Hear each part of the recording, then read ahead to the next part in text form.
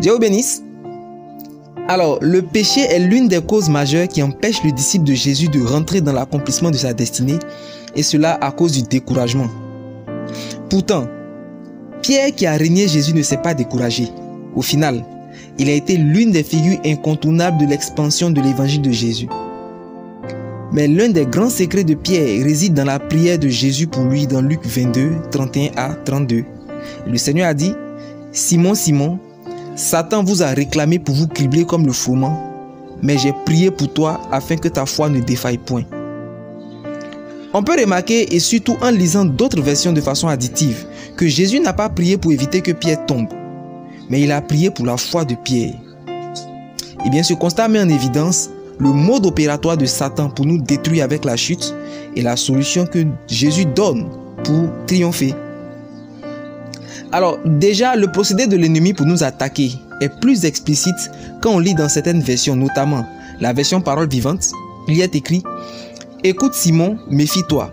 Satan a demandé le droit de vous passer tous au crible comme on secoue le blé pour le séparer de la balle. » La version parole de vie 2017.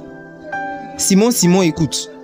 Satan a demandé le pouvoir de vous secouer comme on secoue le grain dans un vent pour le séparer de la paille.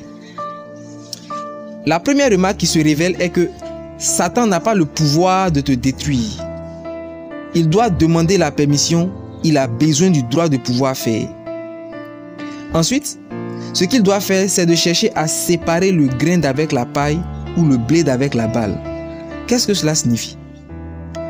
Dans un premier temps, il doit mettre en œuvre le scénario, la scène dans laquelle tu joues le rôle de celui qui chute.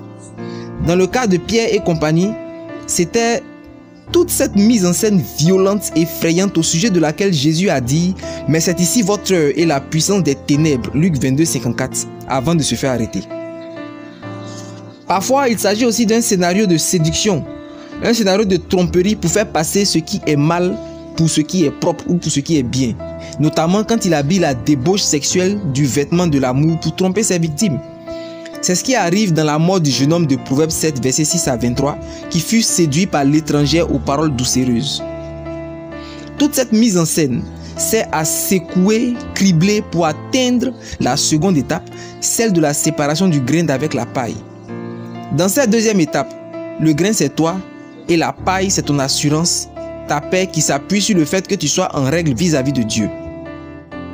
Satan te sépare de cette assurance en attaquant ta conscience pour y s'aimer des paroles, des accusations et des faussetés qui finissent par devenir pour toi la vérité à la place de la parole de Dieu.